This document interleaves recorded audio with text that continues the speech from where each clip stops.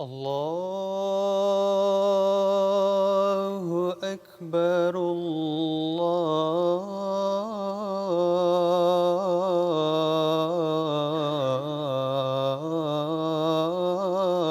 الله أكبر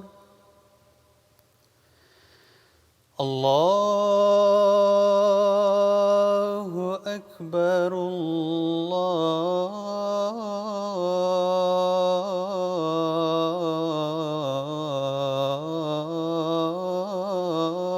الله أكبر أشهد أن لا إله إلا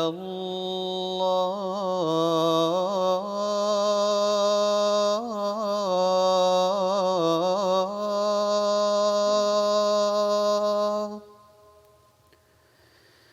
أشهد أن لا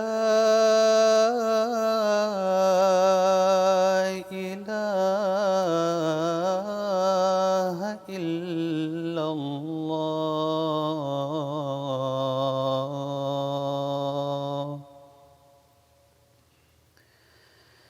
أشهد أن محمدًا رسول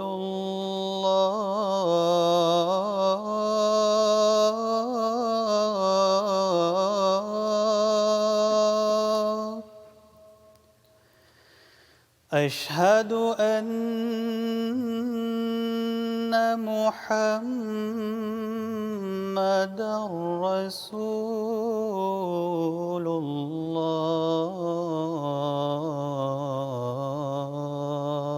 الله حي على الصلاة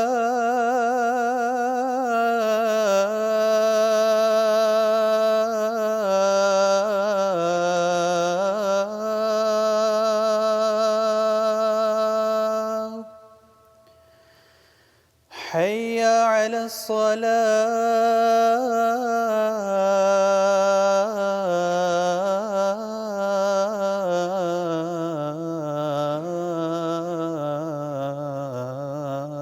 الصلاة حي على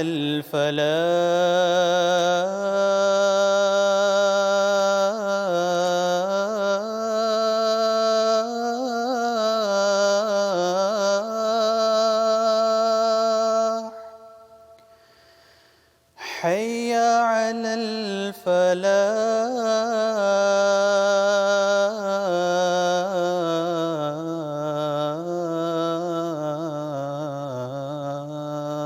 الفلاح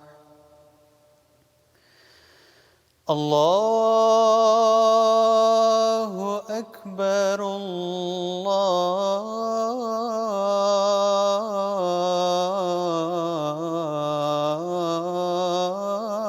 الله أكبر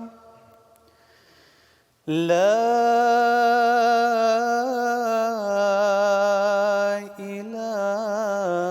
إله إلا الله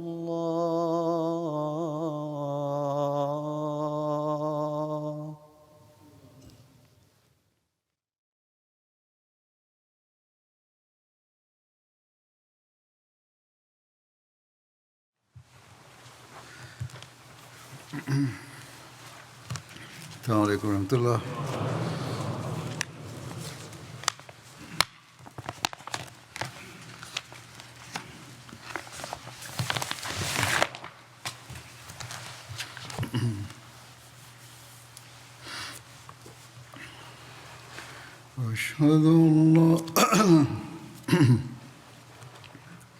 أشهد أن لا إله إلا الله وحده لا شريك له وأشهد أن محمدًا عبده ورسوله أما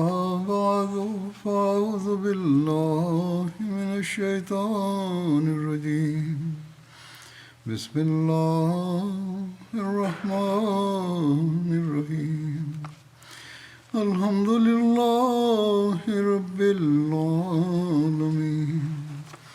الرحمن الرحيم مالك يوم الدين إياك نعبد وإياك نستعين اهدنا الصراط المستقيم صراط الذين أنعمت عليهم غير المغضوب عليهم ولا الضالين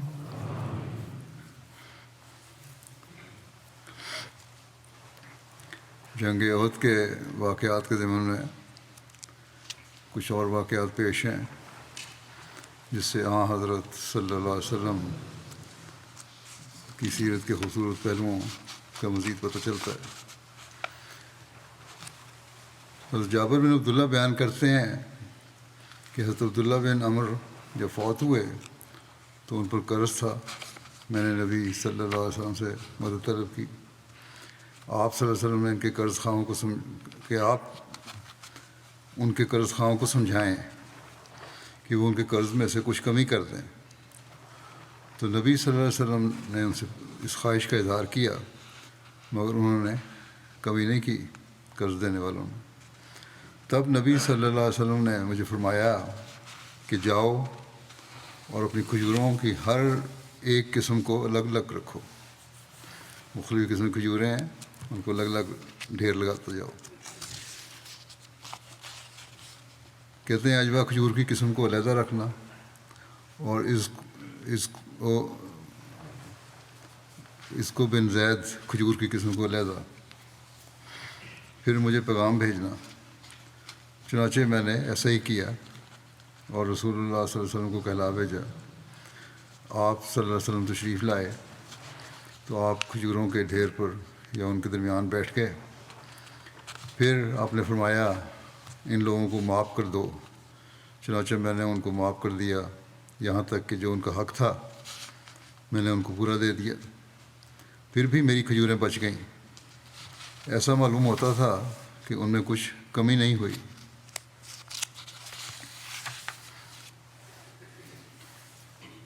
حضرت صلی اللہ علیہ وسلم نے احد کے شہیدوں کے لیے دعا کی کہ اے خدا احد کے شہیدوں کے پسماندگان کے لیے اچھے خبرگیر پیدا فرما۔ اس کی تفصیل بیان فرماتے ہوئے حضرت مسلم موعود رضی اللہ عنہ نے یوں بیان فرمایا ہے کہ حضرت معاذ کی بوڑھی اور نظر کی کمزور والدہ کا ذکر کیا ہے، جو پہلے بھی بیان ہو چکا ہے، جو حضرت صلی اللہ علیہ وسلم کے عشق میں مدینے سے باہر نکل آئی تھی۔ یہ تفصیل جیسے کہ میں نے کہا پہلے بیان ہو چکی ہے گزشتہ خطبے میں۔ یہ تفصیل بیان فرمانے کے بعد آپ فرماتے ہیں کہ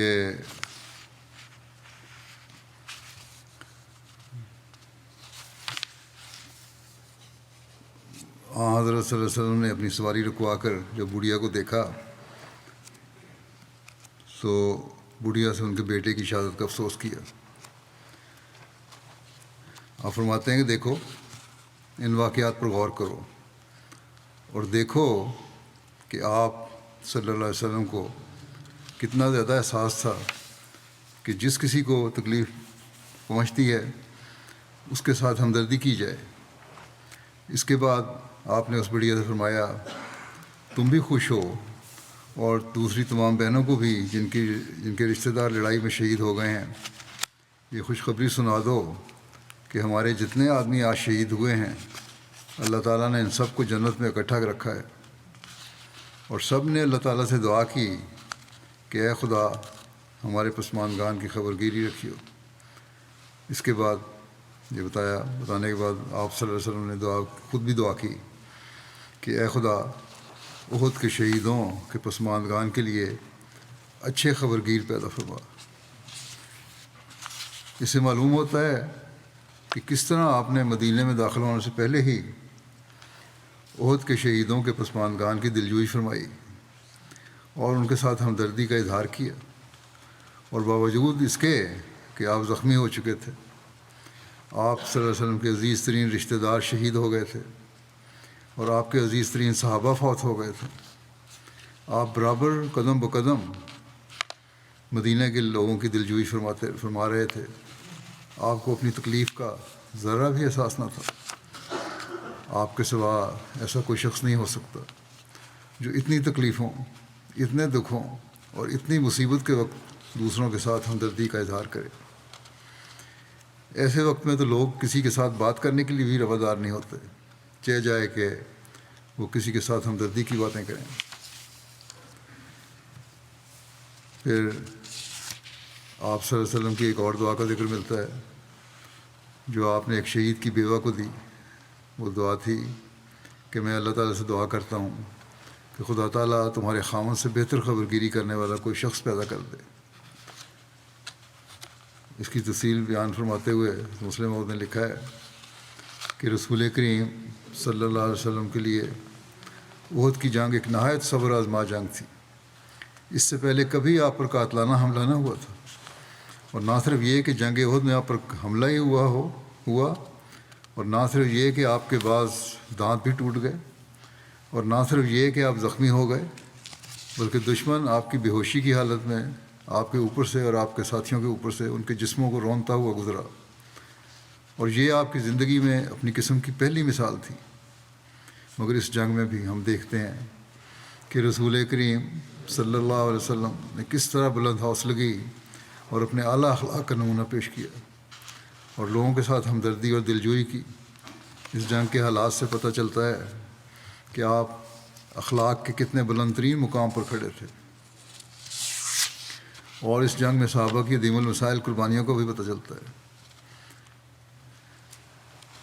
آپ فرماتے ہیں کہ میں اس وقت کی بات کر رہا ہوں جب آپ جنگ ختم ہونے پر مدینہ تشریف لا رہے تھے۔ مدینہ کی عورتیں جو آپ کی شہادت کی خبر سن کر سخت بے قرار تھیں، اب وہ آپ کی آمد کی خبر سن کر آپ کے استقبال کے لیے مدینہ سے باہر کچھ فاصلے پر پہنچ گئی تھیں۔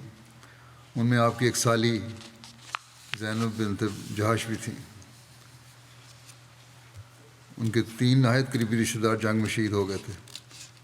یہاں وضاحت یہ کر دوں کہ انوار العلوم میں یہ جو واقعہ لکھا ہے یا لکھنے والے نے لکھا ہے یا آپ نے اس طرح ہی بیان کیا، نام جو ہے اس میں کچھ صاف ہے۔ حضرت زینب بنت جہش تو حضرت نبی کریم صلی اللہ علیہ وسلم کی زوجہ مطہرہ تھیں۔ حضرت صلی اللہ علیہ وسلم کی سالی یعنی ہمشیرہ نسبتی کا نام حضرت حمنہ بنت جہش تھا، جو حضرت مصعب بن عمیر کی اہلیہ تھی۔ بہرحال جہاں جہاں یہ نام کی غلطی ہے اس کو میں درست کرتا جاؤں گا آگے۔ رسول کریم صلی اللہ علیہ وسلم نے جب انہیں دیکھا تو فرمایا اپنے مردے کا افسوس کرو۔ یہ عربی زبان کا ایک محاورہ ہے جس کے معنی یہ ہوتے ہیں کہ میں تمہیں خبر دیتا ہوں کہ تمہارا عزیز مارا گیا۔ تو ہونا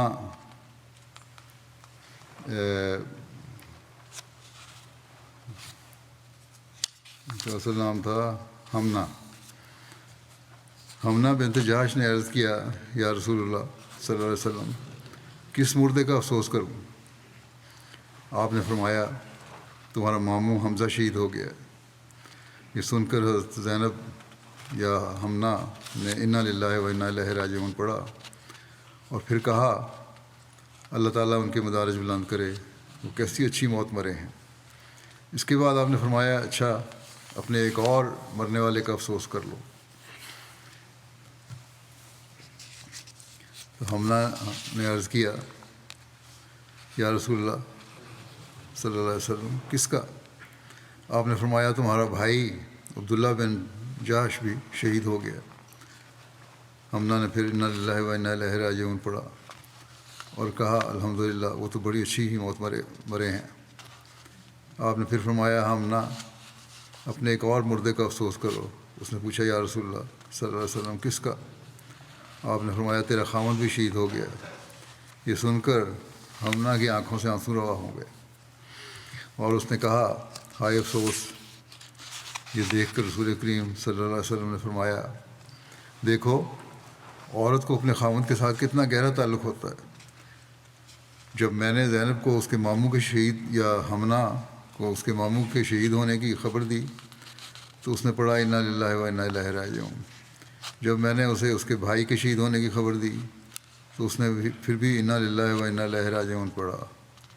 لیکن جب میں نے اس کے خاوند کے شہید ہونے کی خبر دی تو اس نے ایک آہ بھر کر کہا ہائے افسوس، اور وہ اپنے آنسوؤں کو روک نہ سکی اور گھبرا گئی. پھر آپ نے فرمایا عورت کو ایسے وقت میں اپنے عزیز ترین رشتہ داروں اور خونی رشتہ دار بھول جاتے ہیں، لیکن اسے محبت کرنے والا خاوند یاد رہتا ہے. اس کے بعد آپ نے حمنا سے پوچھا تم نے اپنے خاوند کی وفات کی خبر سن کر ہائے افسوس کیوں کہا تھا؟ تو حمنا نے عرض کیا یا رسول اللہ صلی اللہ علیہ وسلم، مجھے اس کے بیٹے یاد آ گئے تھے کہ ان کی کون رکھوالی کرے گا. آپ نے فرمایا میں اللہ تعالیٰ سے دعا کرتا ہوں کہ خدا تعالیٰ ان کی تمہارے خاوند سے بہتر خبرگیری کرنے والا کوئی شخص پیدا کر دے. چنانچہ اس دعا کا نتیجہ یہ تھا کہ حمنا کی شادی حضرت طلحہ کے ساتھ ہوئی اور ان کے ہاں محمد بن طلحہ پیدا ہوا.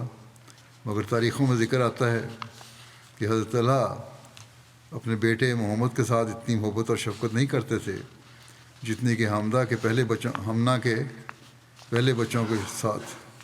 اور لوگ یہ کہتے تھے کہ کسی کے بچوں کو اتنی محبت سے پالنے والا طلحہ سے بڑھ کر اور کوئی نہیں.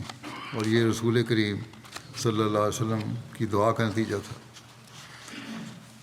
پھر آپ نے اسی واقعہ کا بھی اس طرح ذکر فرمایا ہے کہ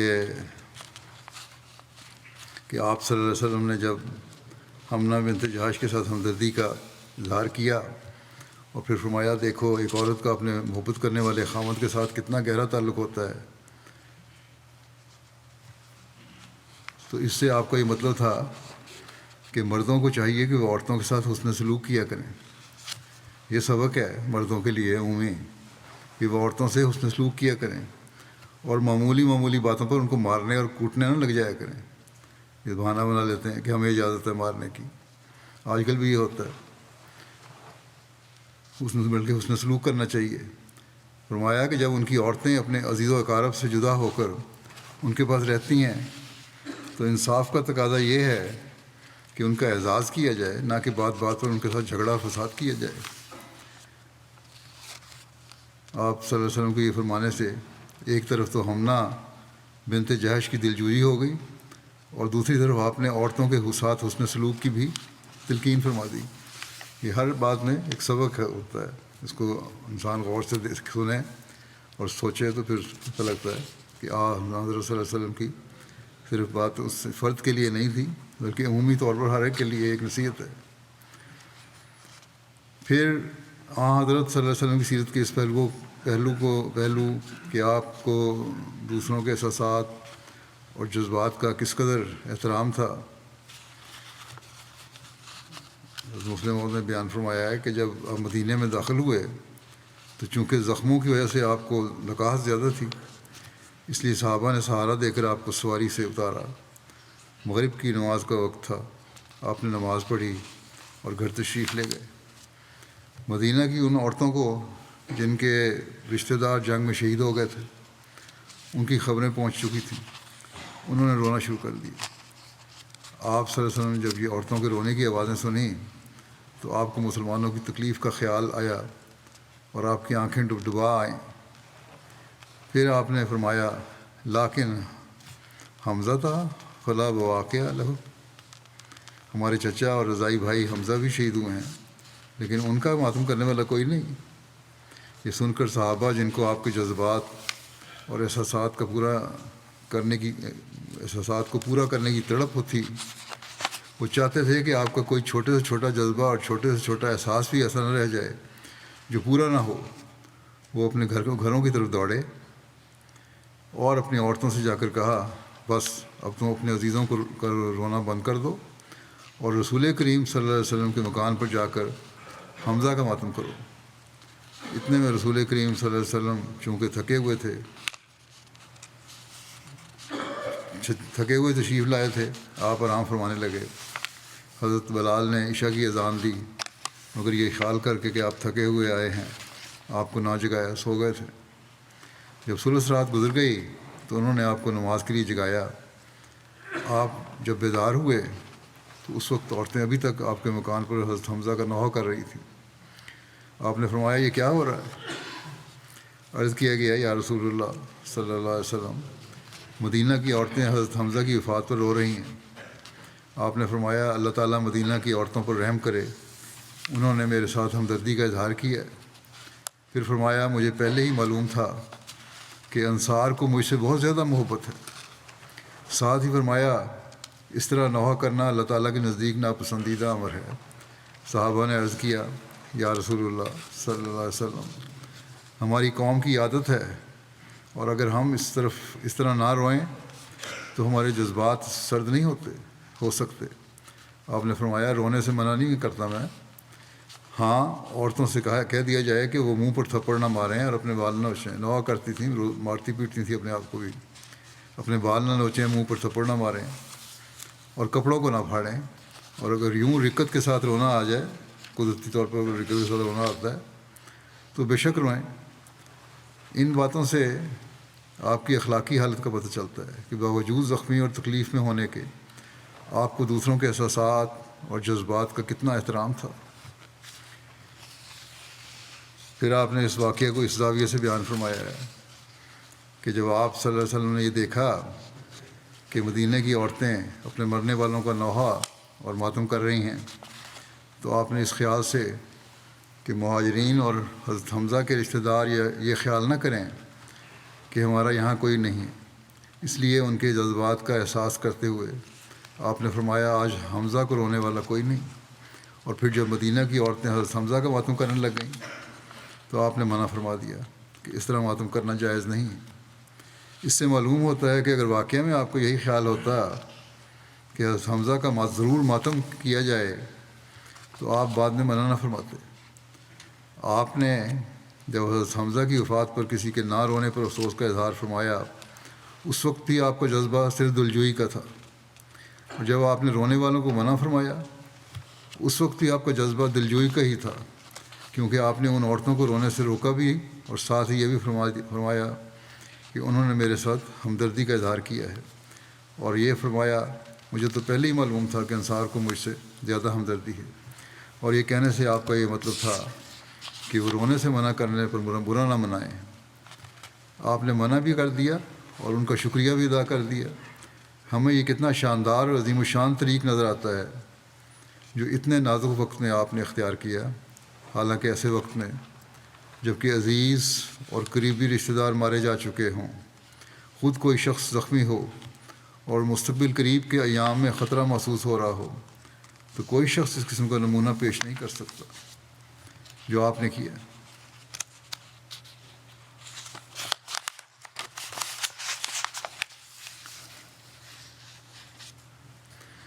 تاریخی کتب میں ان صحابہ کا ذکر جن کی تلواروں نے احد کی جنگ میں حق ادا کیا یوں ملتا ہے کہ جب نبی کریم صلی اللہ علیہ وسلم گھر میں داخل ہوئے تو اپنی بیٹی فاطمہ کو تلوار پکڑاتے ہوئے فرمایا اغسلی ان ھذا دمہ یا بنیۃ واللہ لقد صدقنی اليوم، اے میری پیاری بیٹی اس تلوار پر لگے خون کو دھو ڈال، اللہ کی قسم آج تو اس تلوار نے حق ادا کر دیا۔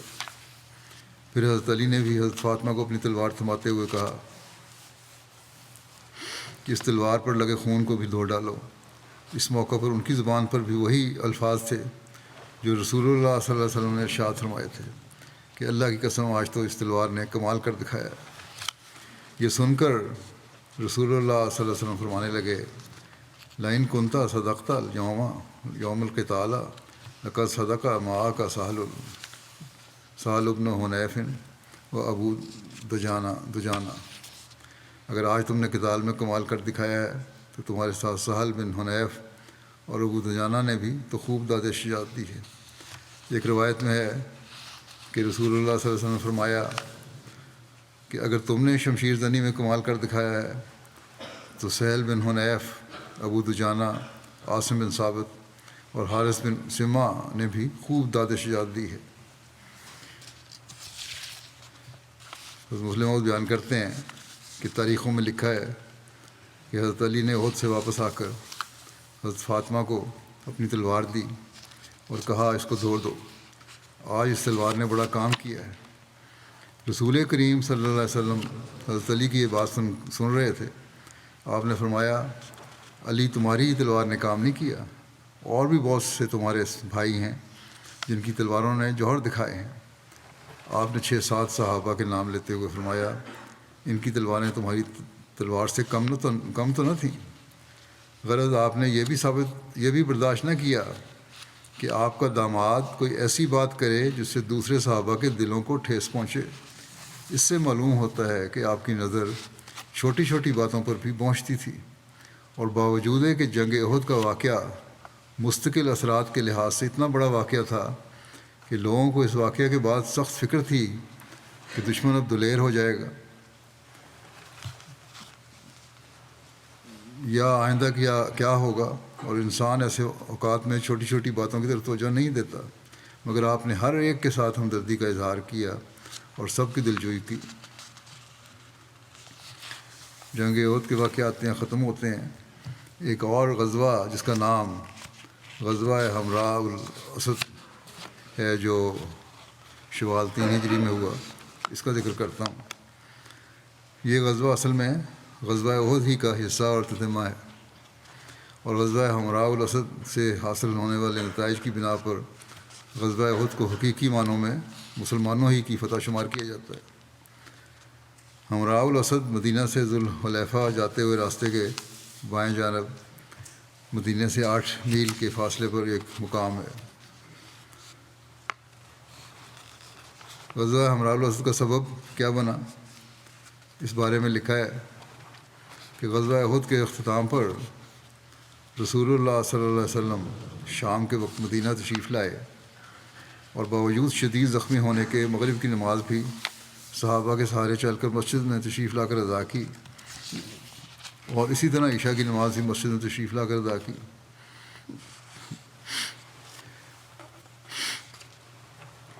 نماز عشاء کے بعد نبی کریم صلی اللہ علیہ وسلم اپنے گھر تشریف تو لے گئے، لیکن معلوم ہوتا ہے کہ آپ نے یہ ساری رات جاگتے ہوئے ہی گزاری، کیونکہ آپ کو یہ خدشہ تھا کہ ابو سفیان اپنے لشکر کے ساتھ مدینے پر حملہ کرنے کا پروگرام بنا سکتا ہے۔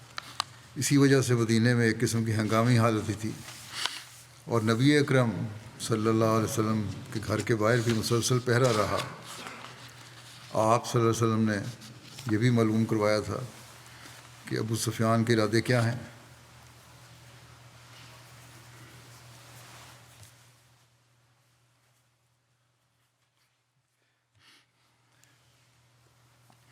کیا وہ مدینہ پر حملہ کرنے کی تیاری کر رہا ہے؟ ہر چند کہ ابتدائی رپورٹ یہی ملی کہ ابو سفیان بڑی تیزی سے اپنے لشکر کو لے کر مکے کی طرف رواں دواں ہے، لیکن پھر بھی حضرت صلی اللہ علیہ وسلم اس سے غافل نہیں رہے۔ آخرکار نبی کریم صلی اللہ علیہ وسلم کے اندیشے درست ثابت ہوئے، اور رات ابھی پوری طرح ختم بھی نہ ہوئی تھی کہ آپ صلی اللہ علیہ وسلم کو اطلاع مل گئی کہ ابو سفیان اپنے لشکر کے ساتھ مدینے پر حملہ کرنے کے لیے آنے کو تیار ہے۔ ہوا یہ کہ جب مشرکین میدان احد سے واپس ہوئے تو راستے میں جو لوگ بھی ملتے اور جب انہیں جنگ کی خبر ملتی تو وہ طعنہ دیتے کہ نہ تم نے محمد صلی اللہ علیہ وسلم کو قتل کیا، اور نہ مسلمانوں کی عورتوں کو ساتھ لائے، نہ ان کے قیدی لائے، اور نہ ہی کوئی اور مال غنیمت ساتھ لائے ہو، تو کس فتح کی بات کر رہے ہو۔ ان طعنوں کو سنتے سنتے ہی لشکر مدینہ سے کوئی 74 کلومیٹر یا بعض کے نزدیک 55 کلومیٹر دور روحا نامی منزل پر پہنچا اور پڑاؤ کیا۔ تو آپس میں ان لوگوں کی بحث ہونے لگی کہ بات تو واقعی درست ہے کہ نہ ہمارے پاس کوئی قیدی ہے، نہ مال غنیمت ہے، اس لیے یہ بہت ہی برا کام ہے، ہمیں واپس لوٹنا چاہیے اور مدینے پر حملہ کر دینا چاہیے۔ البتہ اسی لشکر میں موجود ایک اور سردار صفوان بن امیہ نے مشورہ دیا کہ ایسا ہرگز نہ کرنا. اس وقت مدینے پر حملہ کرنے کا اس وقت مدینے پر حملہ کرنے کا سوچنا بھی نہ، ورنہ بہت بری طرح شکست کھاؤ گے. لیکن ابو سفیان اور اس کے دوسرے ساتھیوں کی اکثریت نے یہی فیصلہ کیا کہ ہمیں مدینے پر حملہ کرنا چاہیے، ورنہ مکہ کیا منہ لے کر جائیں گے. ادھر ابو سفیان کے لشکر میں یہ مشاورت جاری تھی کہ فجر کی نماز کے لیے حضرت بلال نے اذان دی اور بیٹھ کر نبی کریم صلی اللہ علیہ وسلم کے باہر تشریف لانے کا انتظار کرنے لگے. اتنے میں حضرت عبداللہ بن عمرو بن عوف مزنی نبی کریم صلی اللہ علیہ وسلم کی تلاش کرتے ہوئے آئے. جب آپ باہر تشریف لائے تو انہوں نے کھڑے ہو کر آپ صلی اللہ علیہ وسلم کو خبر دی کہ وہ اپنے گھر والوں کی طرف سے آ رہے تھے کہ راستے میں دوران سفر یہ ابو سفیان کے قافلے کے پاس سے گزر کر آ رہے تھے. انہوں نے ابو سفیان اور اس کے ساتھیوں کو یہ کہتے ہوئے سنا کہ تم لوگوں نے تو کچھ نہیں کیا، تم لوگوں نے انہیں نقصان نہیں پہنچا،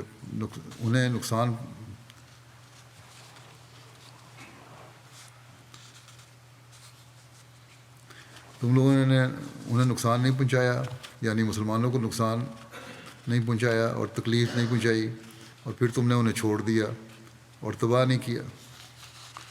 کفار نے کہا کہ ان مسلمانوں میں کئی ایسے بڑے بڑے لوگ باقی ہیں جو تمہارے مقابلے کے لیے اکٹھے ہوں گے، بس واپس چلو تاکہ ہم ان لوگوں کو جڑ سے اکھیڑ دیں جو ان میں باقی رہ گئے ہیں. صفوان بن امیہ اس بات سے انہیں روکنے لگا اور کہنے لگا کہ اے میری قوم، ایسا نہ کرنا، کیونکہ وہ لوگ جنگ لڑ چکے ہیں اور مجھے خوف ہے کہ جو لوگ جنگ میں آنے سے رہ گئے تھے اب وہ تمہارے مقابلے میں ان کے ساتھ جمع ہو جائیں گے. تم واپس چلو کیونکہ فتح تو تمہاری ہی ہے، کیونکہ مجھے خوف ہے کہ اگر تم واپس گئے تو تم شکست کھا جاؤ گے.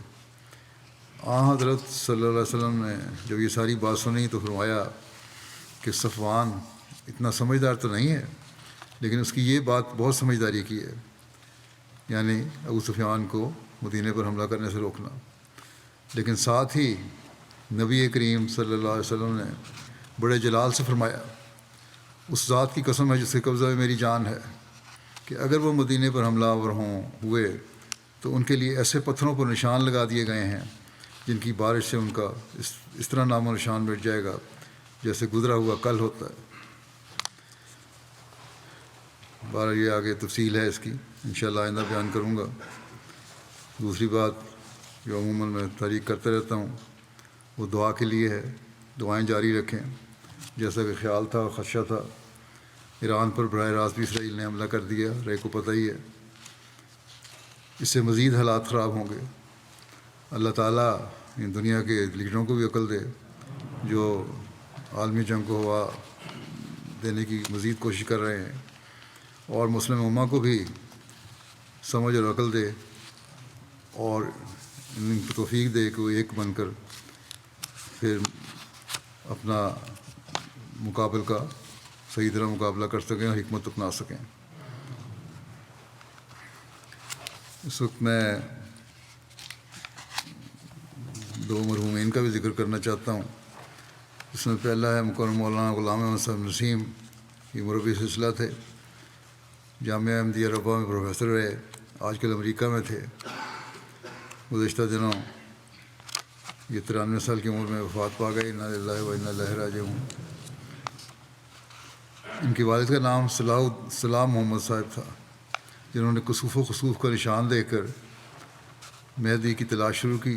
سورج چاند گرہن کا نشان دیکھا، اس وقت انہوں نے مہدی کی تلاش شروع کی اور اس میں کئی سال گزر گئے اور پھر 1901 میں بیعت کی.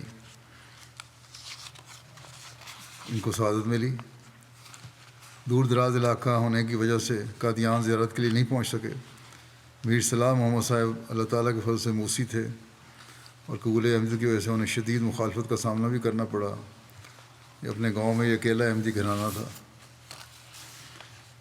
میر غلام احمد نسیم صاحب نے دوران تعلیم 1947 میں وقف کا خط لکھا. ان کی منظوری بھی آ گئی وقف کی، اور پھر ان کو یہ بھی ہدایت ملی ساتھ کہ پڑھائی جاری رکھیں. 1948 میں مدرسہ احمدیہ احمد نگر میں تعلیم شروع کی پارٹیشن کے بعد. 1954 میں مولوی فاضل پاس کیا اور پھر جامعۃ المبشرین سے شاہد کی ڈگری حاصل کی. 1957 میں میدان عمل میں آئے.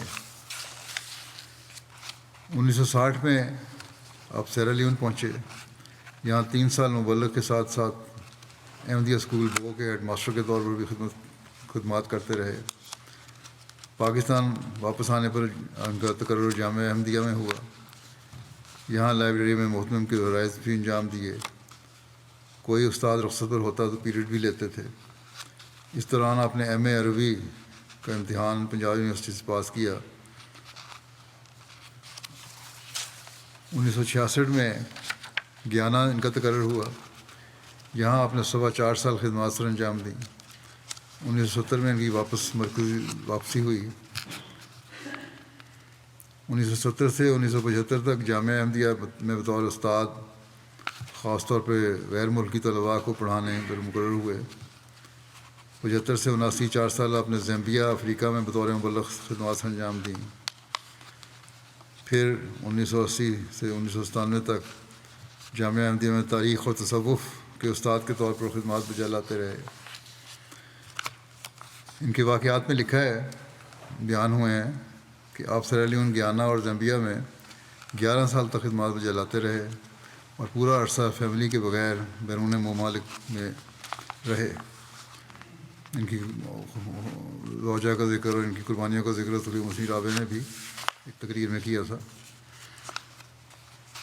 ان کی اہلیہ امت المنان قمر صاحبہ فضل عمر گرلز اسکول رواں کی سابق ہیڈ مسٹریس تھیں. اللہ تعالیٰ نے آپ کو 4 بچوں سے نوازا جو خدمات میں پیش ہیں اور بچے پڑھے لکھے ہیں سارے. ایک ڈاکٹر امت الشکور صاحبہ ہیں، ان کی بیٹی، ڈاکٹر عبد الحفیظ کی اہلیہ ہیں، امریکہ میں ہیں. یہ بھی نصرت جہاں اسکیم کے تحت گیمبیا اور تنزانیہ میں 11 سال تک خدمات سر انجام دیتی رہیں. علمی کام بھی ان کا ہے. 3 کتب کے مصنف ہیں. یہ قاموس الرؤیا، خوابوں کی تعبیر حروف ابجد کے لحاظ سے. تصوف، روحانی سائنس، یہ دوسری کتاب ہے ان کی. اور تیسری کتاب ہے یاد ایام، کی خود نوشت حالات ہیں. انعام اللہ کوثر مشنری انچارج آسٹریلیا لکھتے ہیں کہ عاجزی اور انکساری کے ساتھ شاگردوں کو پڑھانے والے اور ان کا خیال رکھنے والے تھے. کہتے ہیں میں برٹش گیانا دورے پہ گیا تو 3-4 دیہاتوں میں جو جماعتیں ان کے ذریعے سے قائم ہوئی تھیں، وہاں پرانے سب لوگوں نے ان کا ذکر بہت عمدہ طریقے پر کیا اور ان کی تصویر اپنے پاس رکھی ہوئی تھی. اللہ تعالیٰ نے ان کے ذریعے برٹش گیانا میں ایک مضبوط جماعت قائم کی. لئیک مشتاق صاحب مربی سلسلہ سورینام لکھتے ہیں کہ مولانا میر غلام احمد نسیم صاحب نے گیانا میں قیام کے دوران 67 سے 69 تک سورینام کے 3 دورے کیے اور یہاں ہفتوں قیام کر کے اس جماعت کو اثر نو فعال کیا. اس زمانے میں مختلف وجوہات کی بنا پر افراد جماعت کی اکثریت نے علیحدگی اختیار کر لی تھی اور چند احمدی موجود تھے، ان کا بھی مرکز سے رابطہ منقطع ہو گیا تھا. ان حالات میں محترم مولانا غلام احمد نسیم صاحب گیانا سے سورینام آئے اور 15 ستمبر 67 کو پہلا اجلاس کروایا جس میں 6 افراد نے شرکت کی اور جماعت سے اٹوٹ رشتے کا قائم کرنے کا عہد کیا. ان دنوں پاکستان سے مولوی شاہ احمد نورانی بھی سورینام آیا ہوا تھا اور جماعت کے خلاف جگہ جگہ نفرت آمیز تقریریں کر رہا تھا. مولانا نسیم صاحب نے بھی متعدد جلسے کر کے اس کے الزامات کے جواب دیے. نیز ریڈیو پر صداقت حضرت مسیح موعود علیہ السلام کے حوالے سے 3 پروگرام کیے. مئی 1968 میں دوسرے دورے کے دوران زیر تعمیر مسجد کے ساتھ مشن ہاؤس کی بنیاد رکھی اور اس کی تعمیر چند سالوں میں مکمل ہوئی. لاہوری جماعت کے امام عبدالرحیم جگو اور سنی جماعت کے امام کو مناظرے کا چیلنج دیا. آپ نے فولڈر بھی شائع کیے کئی صداقت حضرت مسیح موعود علیہ السلام پر.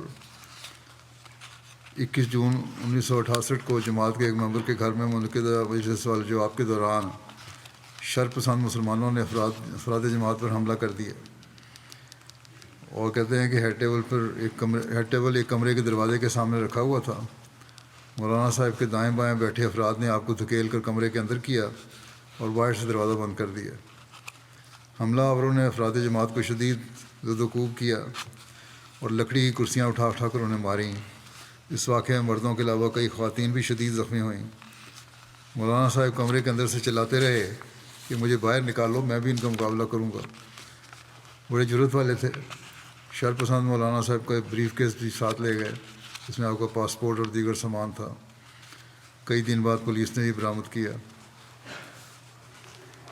بہرحال اس واقعے کے بعد آپ نے بھرپور طریق پر پولیس اور متعلقہ افسران سے رابطہ کر کے افراد جماعت کو تحفظ کو یقینی بنانے کی کوشش کی. کلچر سینٹر میں اسلام اور عصر حاضر کے مسائل پر لیکچر دیا. افراد جماعت کو مرکز سے باقاعدہ رابطہ رکھنے کی تلقین کی. یوں آپ کی مساعی سے ایک بکھری ہوئی جماعت دوبارہ اپنے قدموں پر کھڑی ہو گئی، اور اللہ کے فضل سے بعد میں جانے والے مبلغین نے بھی اس کو مزید مضبوط کیا، اور یہ مضبوط جماعت ہے.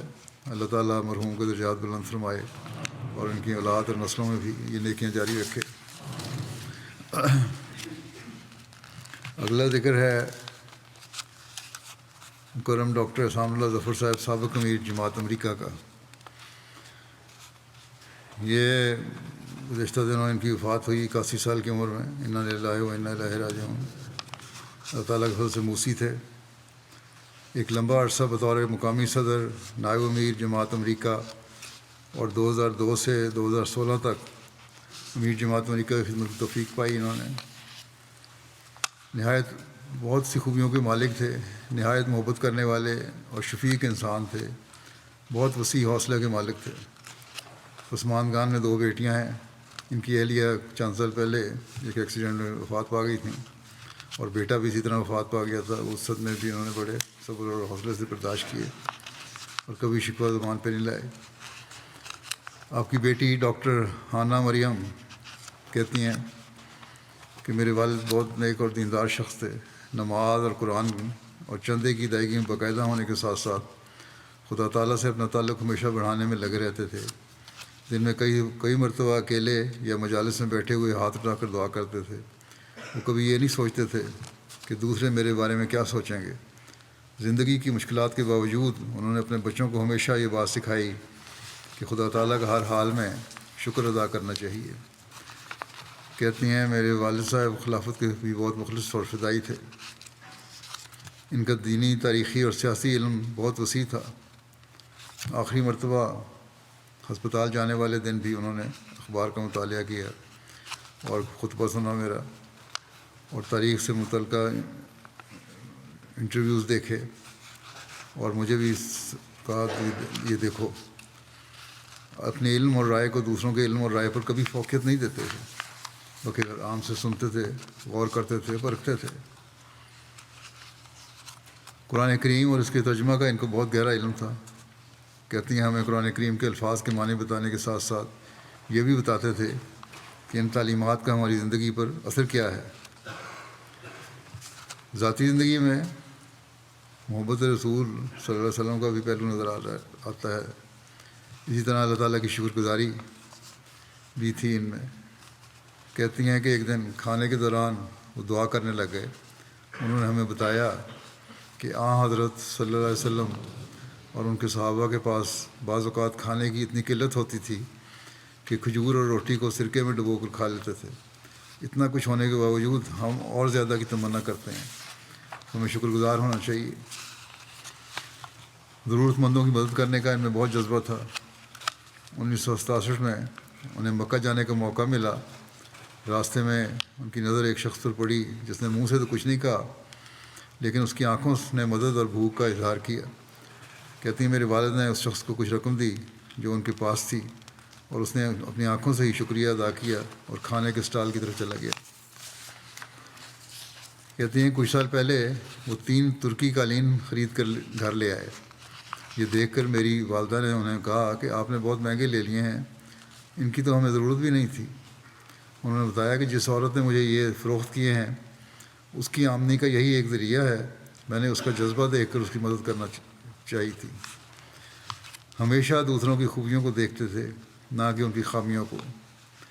اپنے بچوں کو بھی تلقین کرتے تھے کہ مشکلات کے سامنے کبھی گھبرانا نہیں چاہیے، ہمیشہ ہر چیز خدا تعالیٰ سے مانگنی چاہیے، اور جو خدا عطا کر دے اس پر راضی ہونا چاہیے۔ کہتی ہیں وہ ہم سب کے لیے یہی نصیحت کرتے تھے اور بار بار کرتے تھے۔ ڈاکٹر نسیم رحمۃ اللہ صاحب لکھتے ہیں ان کے بارے میں کہ میں 1989 سے ڈاکٹر احسان اللہ ظفر صاحب کے ساتھ کام کر رہا ہوں۔ بہت ہی نیک اور متقی انسان تھے، خلافت کے ساتھ گہرا اور والہانہ عشق رکھتے تھے۔ ڈاکٹر مبشر ممتاز صاحب امریکہ لکھتے ہیں کہ عاملہ ممبران کو نہایت ہی نرم لہجے میں ہدایات دیتے، اگر وہ کسی تجویز سے اتفاق نہ رکھتے تو اس کے رد میں دلیل پیش کر کے سمجھاتے، یہ نہیں کہ زبردستی اپنا حکم ٹھونس دیا۔ جب کوئی سنجیدہ بات کرتے تب بھی لہجے میں سختی نہ لاتے، جو بات سمجھاتے وہ دل کی گہرائیوں میں اترتی۔ مرزا احسان لکھتے ہیں کہ خاکسار کو احسان اللہ ظفر صاحب کے ساتھ ایک لمبا عرصہ کام کرنے کی توفیق ملی۔ بطور امیر افراد جماعت کو خلافت اور جماعت کے ساتھ مضبوط تعلق قائم کرواتے ہوئے دیکھا۔ سادہ مزاج، درد مند، صلح جو، غریبوں کے ہمدرد، تصنع اور بناوٹ سے پاک، بخل اور لالچ سے بالکل مبرہ انسان تھے۔ اپنے خزانے جماعت اور غریبوں کے لیے کھول دینے والے تھے۔ قرآن مجید کی تفسیر اور حضرت مسیح علیہ السلام کی کتب کے مطالعے میں محو رہتے تھے۔ تکبر، بڑائی، خود پسندی کلیتاً عاری تھے، اور خلیفہ وقت کی ذرا سی بھی ناراضگی سے بے چین ہو جاتے تھے۔ یہ تو میں نے خود بھی تجربہ کیا ہے۔ ذرا سی بھی کوئی ایسی بات ہوتی جو ان کے بارے میں ان کو لکھتا تو ہمیشہ انہوں نے بڑی بے چینی کا اظہار کیا اور فوری طور پر معافی مانگی اور حالات کو اس کے مطابق کرنے کی کوشش کی۔ کتابوں کا بے انتہا شوق تھا۔ ان کی ذاتی لائبریری میں ایسی نادر کتابیں موجود ہیں کہ انسان حیران رہ جاتا ہے۔ آپ کو قرآن کریم سے محبت اور عشق تھا۔ کوئی مجلس ہو، کوئی محفل ہو، ہم وقت قرآن مجید کی آیات پر غور کرتے رہتے تھے۔ ان کی محفل بے تکلف اور محبت سے ہر ایک کو اپنی طرف کھینچنے والی ہوتی تھی۔ اپنے لیے بطور امیر کبھی کوئی پروٹوکول روا نہیں رکھا، بہت سادہ مزاج آدمی تھے۔ ظہیر باجوہ صاحب لکھتے ہیں کہ ایک دوست نے مجھے بتایا کہ ڈاکٹر احسان اللہ صاحب خاموشی سے مسجد میں آتے، اور جب کوئی نہ ہوتا تو اکیلے مسجد اور باتھ روم کی صفائی کرتے۔ جب ان سے وجہ پوچھی تو انہوں نے کہا اس ذریعے سے مجھے اپنی روح کی صفائی کرنے کا موقع ملتا ہے۔ بہت عاجزی تھی میری۔ لکھتے ہیں کہ ڈاکٹر صاحب کی خدا سے محبت، حضرت صلی اللہ علیہ وسلم سے مقام کا ادراک، حضرت مسیح علیہ السلام سے ان کی محبت اور خلفاء سے ان کی عقیدت مثالی تھی۔ ان کی قرآن کریم سے محبت تو بیان سے باہر ہے۔ کہتے ہیں جب بھی میں کار میں بیٹھتے ہم کٹھے تو قرآن کریم کی CD لگی ہوتی تھی، اور گھر میں ہمیشہ MTA لگا رہتا تھا۔ جب بھی بیت الرحمان آتے تو ہمیشہ MTA تلاوت لگا دیتے۔ ان کے گھر میں ہر طرف قرآن ہی قرآن اور تفاسیر موجود ہیں، اور کتب کی ایک کثیر تعداد قریباً ہر کمرے میں الماریوں میں موجود ہے۔ صرف موجود نہیں ہوتی تھی، ان کا وہ باقاعدگی سے مطالعہ بھی کیا کرتے تھے۔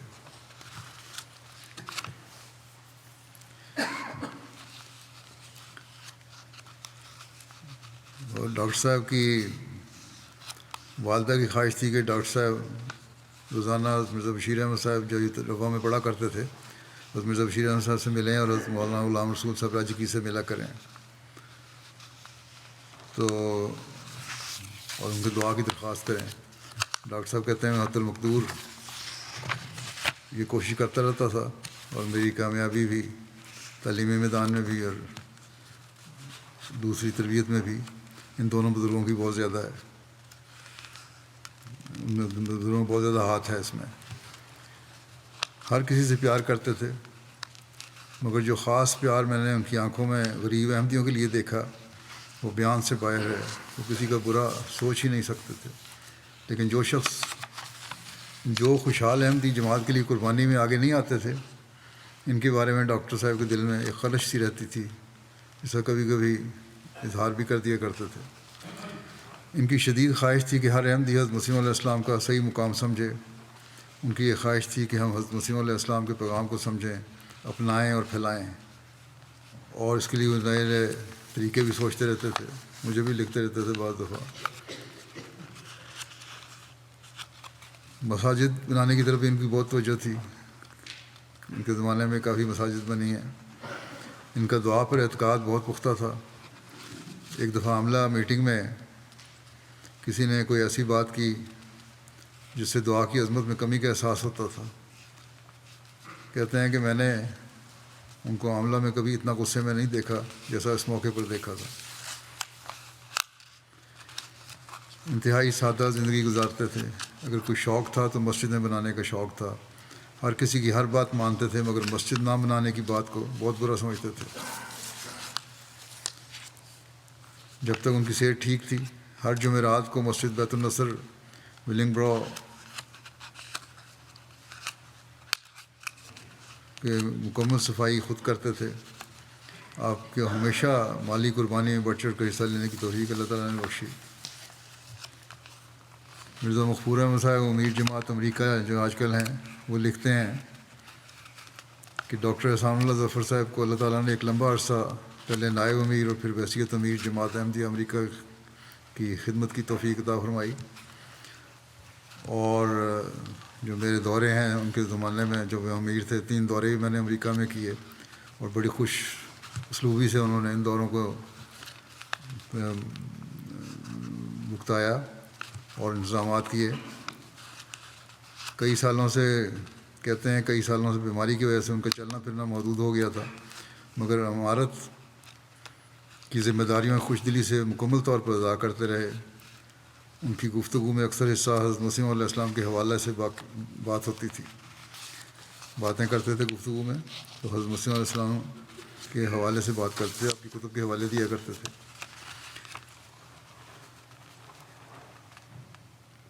اور حضور علیہ السلام سے خاص تعلق کا اظہار ہوتا تھا. خلافت کے ساتھ بڑا گہرا اور اطاعت کا تعلق تھا. اور پھر لکھتے ہیں مجھے لکھ رہے ہیں امیر صاحب امریکہ موجودہ امیر صاحب امریکہ کہ آپ کے سارے جو ہدایات آتی تھیں ان کو افراد جماعت تک فوراً پہنچانے کی کوشش کرتے تھے. بہرحال میں نے بھی دیکھا ہے جیسا کہ میں نے کہا خلافت کی اطاعت میں بے مثال تھی.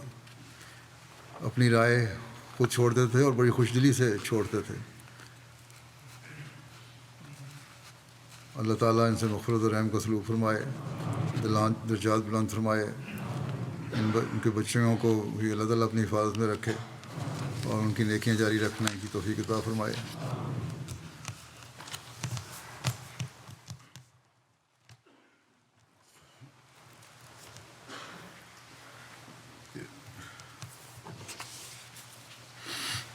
الحمد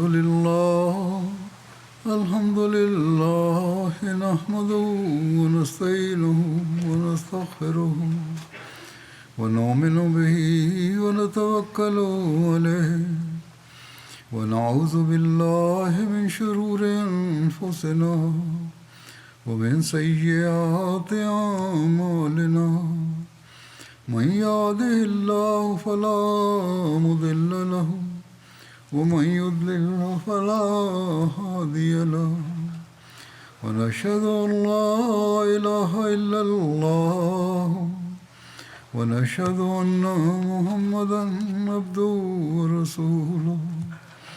عباد الله رحمكم الله إن الله يأمر بالعدل والإحسان وإيتاء ذي القربى وينهى عن الفحشاء والمنكر والبغي يعظكم لعلكم تذكرون.